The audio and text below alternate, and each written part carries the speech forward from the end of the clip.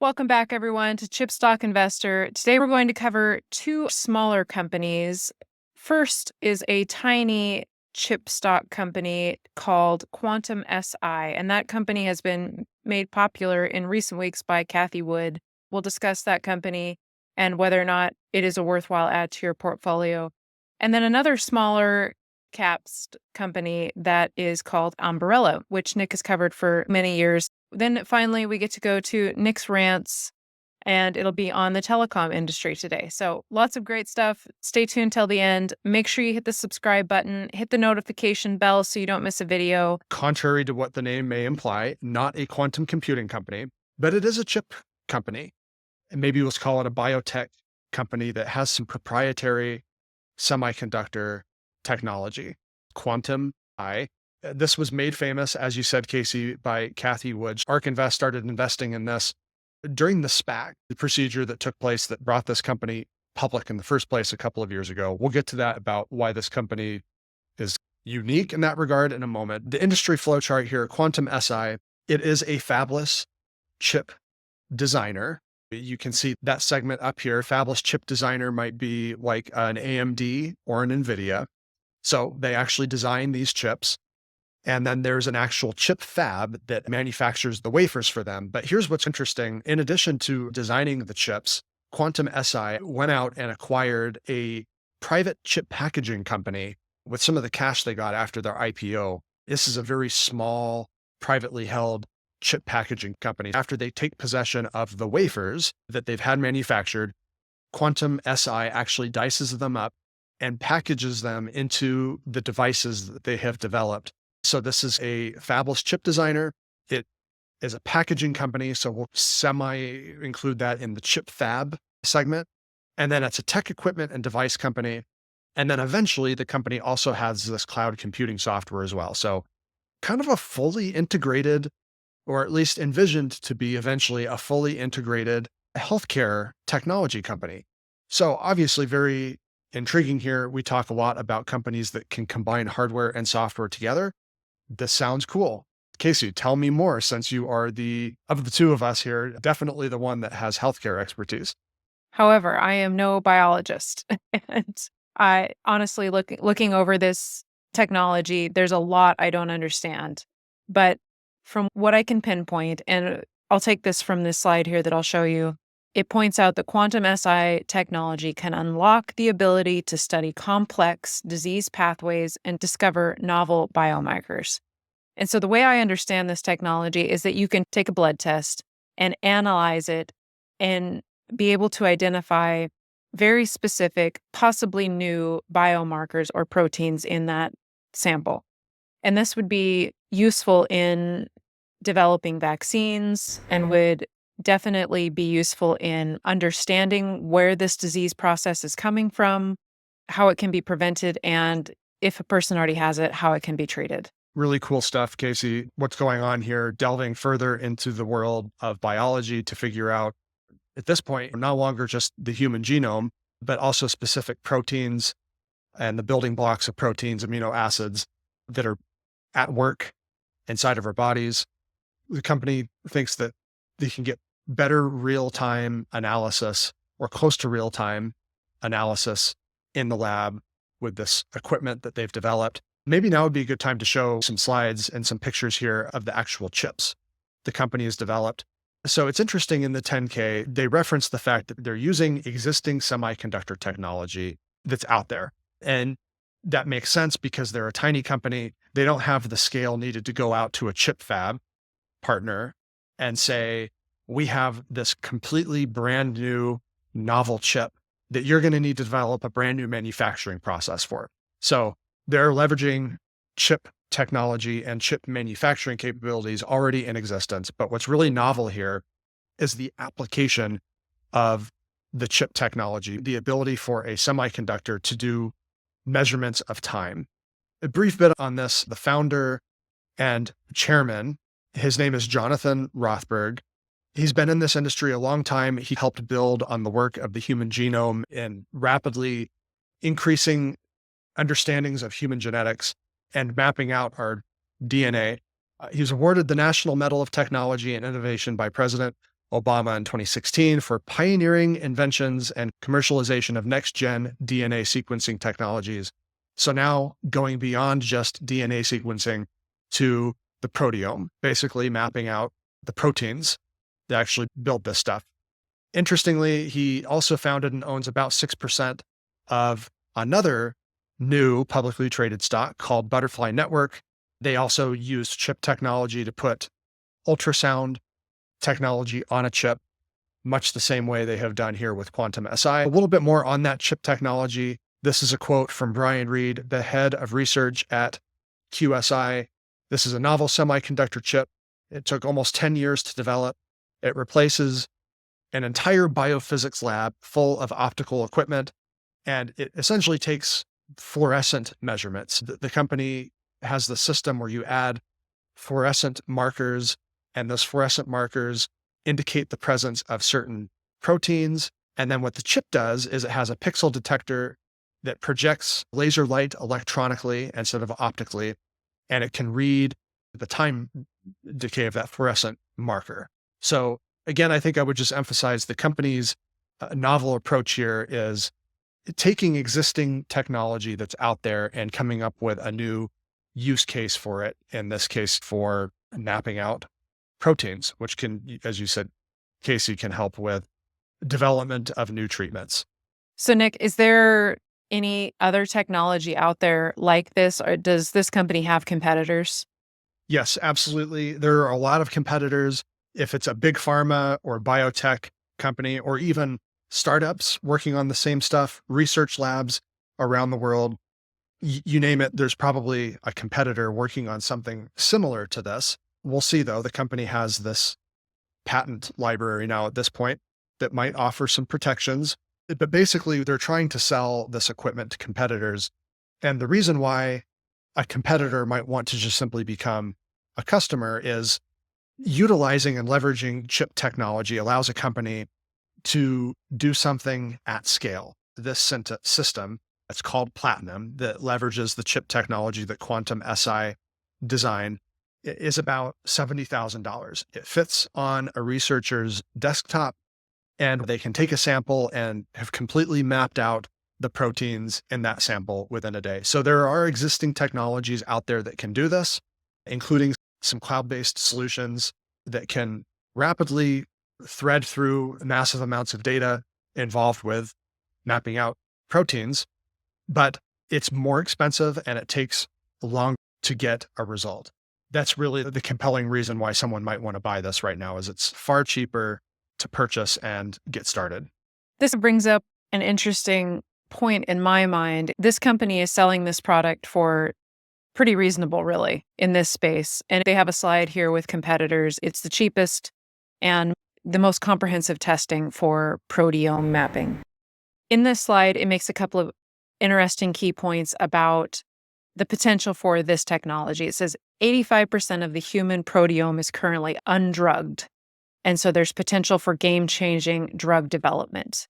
Now, this company, Quantum SI, is not going to be doing the drug development. It's selling the devices that pharmaceutical companies can use to aid them in the development of new treatments and new drugs for disease processes. So keep that in mind while I show you this next slide. Here's the Q1 2023 financial highlights. It says there is 254,000, not millions, thousands, 254,000 in revenue and $449,000 on order. This company last quarter sold 3 to 4 units, give or take, and has about 6 units on order, give or take. So this is tiny, Nick, and the potential for revenue is really with the company that uses this product versus this company that's supplying this product. Am I understanding that right? Absolutely. This is the type of company we often call in the investing world a picks and shovels play. So maybe you look at like the wide, wild world of biotech and pharmaceutical, and you have these FDA tests and trials, and it's just regulatory hoop after regulatory hoop. And maybe you think, let's just go with a picks and shovels play. And maybe quantum SI will be a viable picks and shovels play for this industry. But I think you make a good point here, Cathie, because as cool as this technology is, as it stands right now, the market for this hardware and thus also the software that apparently is ready to go is very limited. And let's say a biotech lab buys this stuff, puts it to use, and is able to develop this brand new novel treatment. This is a very different economic model than what we historically cover and invest in here at Chip Stock Investor. It's not like where other areas, let's say the electric vehicle industry, the EV industry, for example, if you have an automaker startup that takes off and maybe everyone's looking for the next Tesla, most of the economic benefit there actually doesn't go to that automaker startup. It actually flows to the picks and shovels, the companies that develop all of the myriad of technologies and chips and software and everything that goes into making the modern vehicle. This is a very different economic model where the picks and shovels, at least as far as we can tell right now, has limited upside potential on what they can earn. And the actual real money is given to the companies that develop the end treatment. That's just how the regulatory model, the FDA and other regulatory government organizations around the world have worked, where they incentivize the economic benefit to go to the treatments themselves. So I worry about this one. It's an interesting company. The technology is fascinating. What they've been able to develop is fascinating. Obviously, some very smart people working at this business. But Cathie, as you have pointed out to me in the past, though, knowledge of the sciences, be it in the medical field, explicitly in the medical field, or in biology or whatever, doesn't always translate to the skill set needed to starting and growing a new business. And so that's my worry here at this point. Cool company. I'm not really sure how much upside there is. Why don't you give us a rundown on what investing in this company looks like at the moment? What's the valuation? Yeah, Cathie, this is a wild one. It's making a big comeback this year because I think everyone was reminded this is a Cathie Wood stock. It's an ARK Invest stock. The ARK Invest Genomic Revolution ETF has been buying Quantum SI. So a big rebound in stock price. I don't know, Cathie, maybe this is like the next Intuitive Surgical. If you buy just a few shares now and then sit on it for the next 2 decades, which I didn't do when I bought a sort of startup-ish company called Intuitive Surgical in the mid 2000s. Big difference here, though. When I bought Intuitive Surgical in 05, 06 through the end of 08 time range, Intuitive Surgical was no longer a startup. They were generating already hundreds of millions of dollars in revenue and in net profit. You already mentioned Quantum SI, $254,000 in revenue last quarter. This company basically is still a startup, like an actual startup. They don't earn meaningful revenue at this point, burning through tens of millions of dollars in cash. And yet, the company has an enterprise value that is market cap minus cash and short-term investments on the books of well over $100 million. Okay, let's say you get really excited about this company and what their potential is. Seriously, folks, get off of the Cathie Wood hype bandwagon. This is what got a lot of investors in trouble in 2021 and 2022. This is a startup company. If you decide to buy, and I think that should be a very big if, this should be a tiny position and it should be part of a basket of at least a couple dozen small bets on other companies like it. Because by and large, when you invest in a company like this, the overwhelming probability is that you lose money. There's an even greater probability that you maybe make some money on the stock, but you lose to the market, and a very remote, like 1 in several thousand chance that you've bought the next Intuitive Surgical early on. So that's all I really have to say about valuation, because there's no valuation really to make of this one, a company that doesn't really earn revenue yet. Yeah, I'm with you, Nick, on this company. There's some really amazing claims being made out there, including this semiconductor chip company could be expanding to home testing sometime in 2024. Now, maybe it will provide home testing, but for what exactly? Like, to what end? Will it be something that's like actually usable, or will it be something that is a fad? I don't know. Great point. This is the problem with trying to chase stocks that are some people are trying to hype to the moon. And Casey, I think ultimately at the end of the day, you are a pretty well educated person that worked in the medical field, and you did a lot of research to help me understand this company better over the last couple of weeks. And you struggled just to figure out what exactly it is the company does in simple layperson terms. Whenever you start hearing outlandish claims like that about what a business could soon do, and someone who's educated and in the industry has a hard time figuring out what it is they do right now, presently, not what they could do later on, but like right now, what are they actually presently selling? And you can't explain it. Think twice and maybe a third time before you hit the buy button.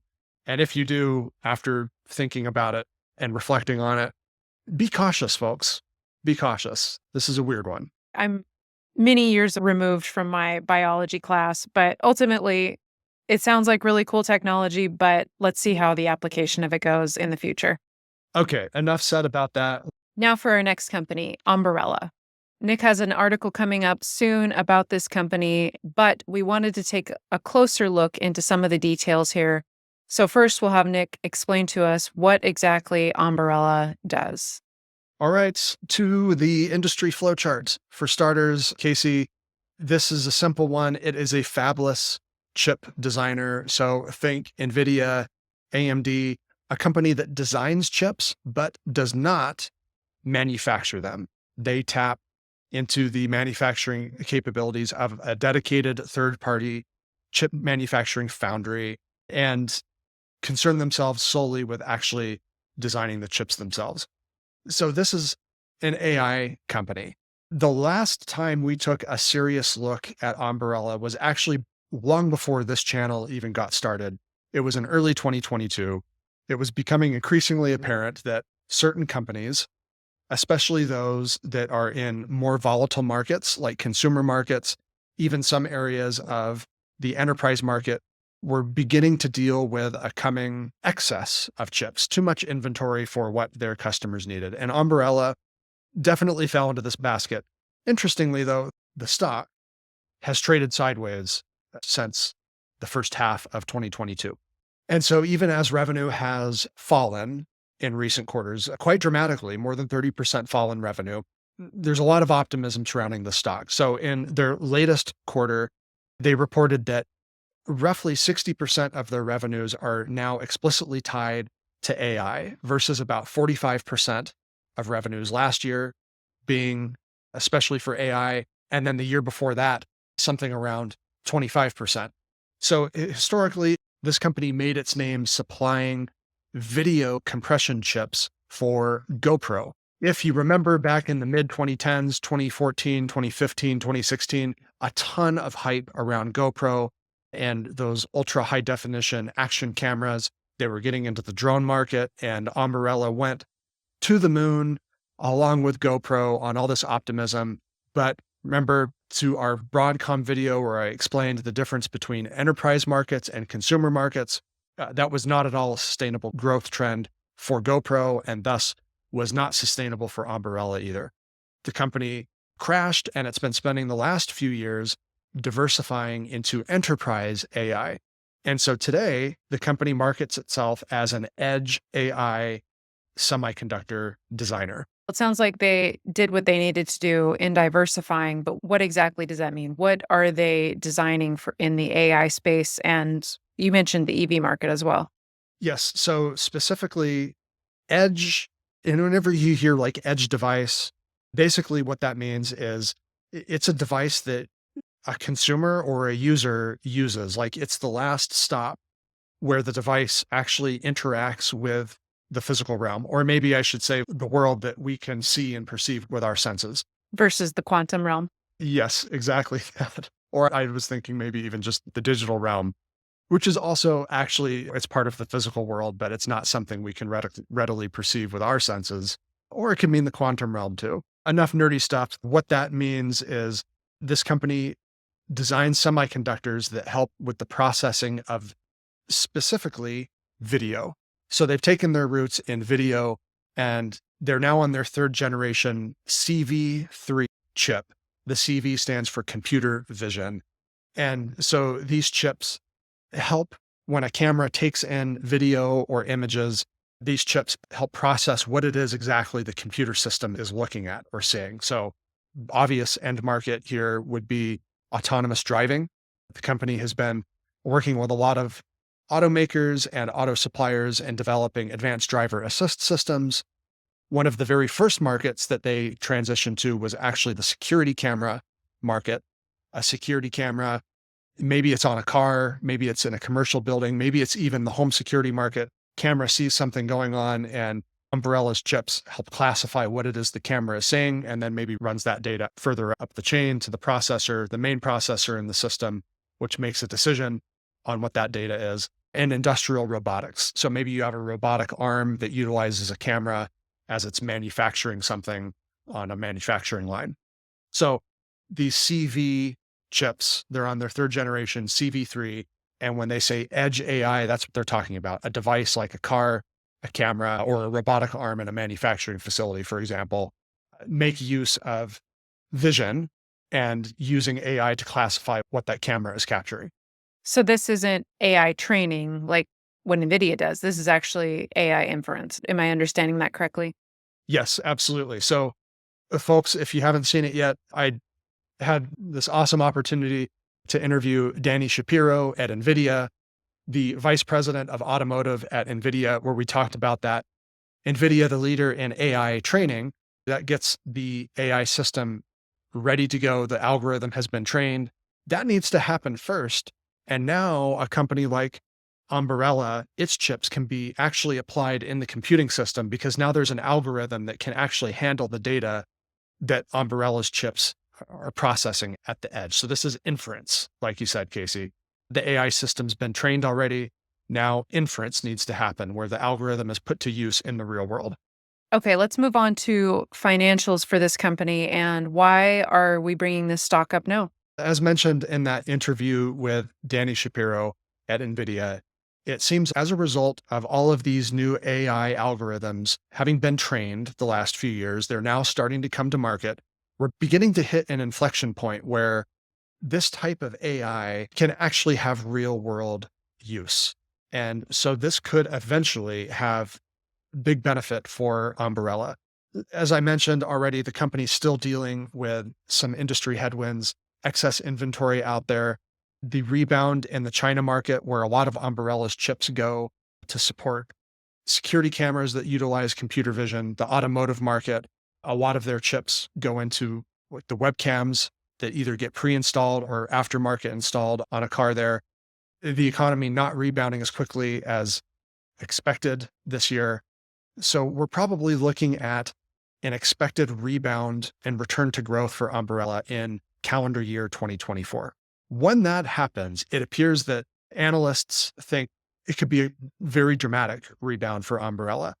Currently, the company decreasing, revenue decreasing for over 30% on a year over year basis, but all of that could be reversed in 2024 if expectations are met. And maybe this is a company that sustains growth and hits new all-time revenue highs by 2025. Again, if the inflection point is here for edge AI, because of all the AI training that has taken place, Umbrella could sail through and well beyond the $300 million in annualized revenue before too long, maybe achieve $400 million in annualized revenue and beyond that within the next couple of years.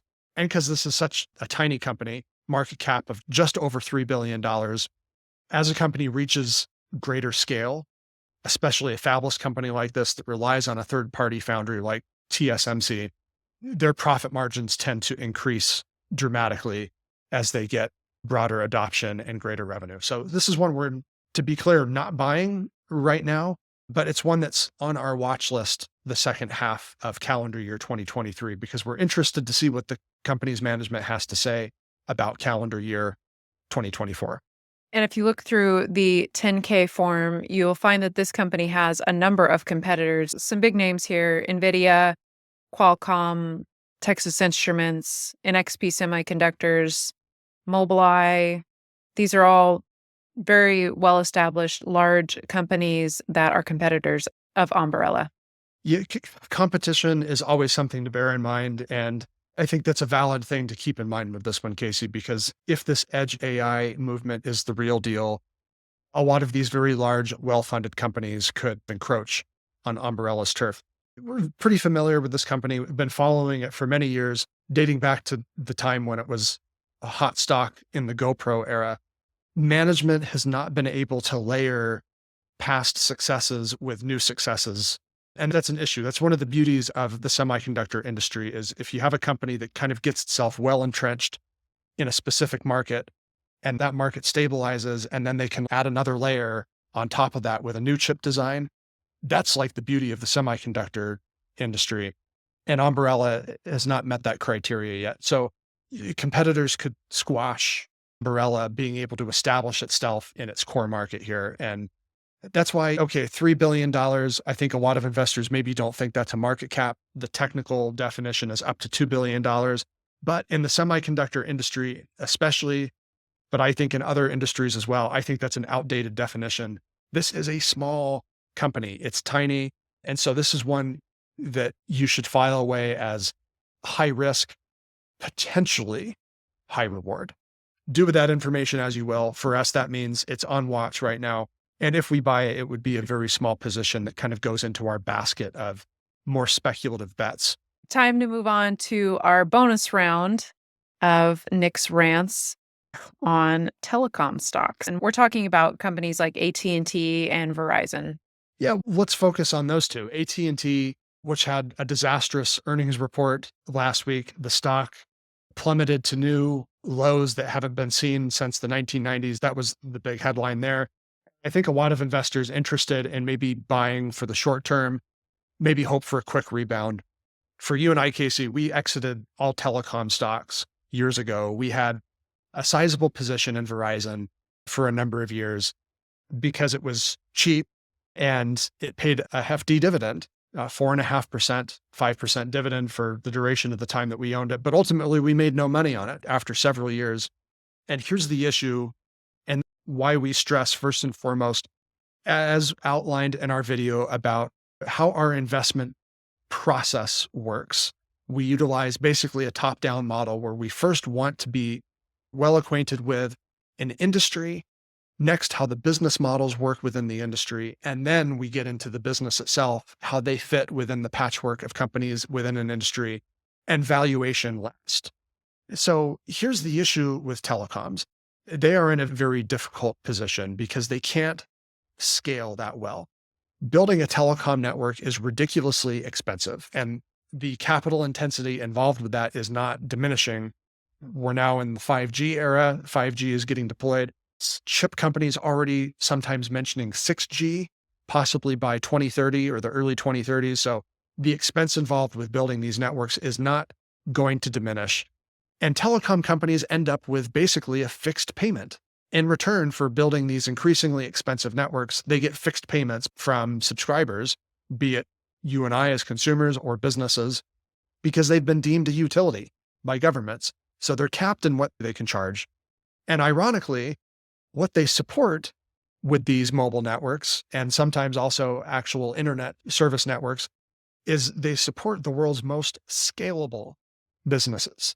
Software, be it traditional software or cloud-based software, whatever. So these telecom companies being compressed on both sides, they have an inability to scale up their revenue.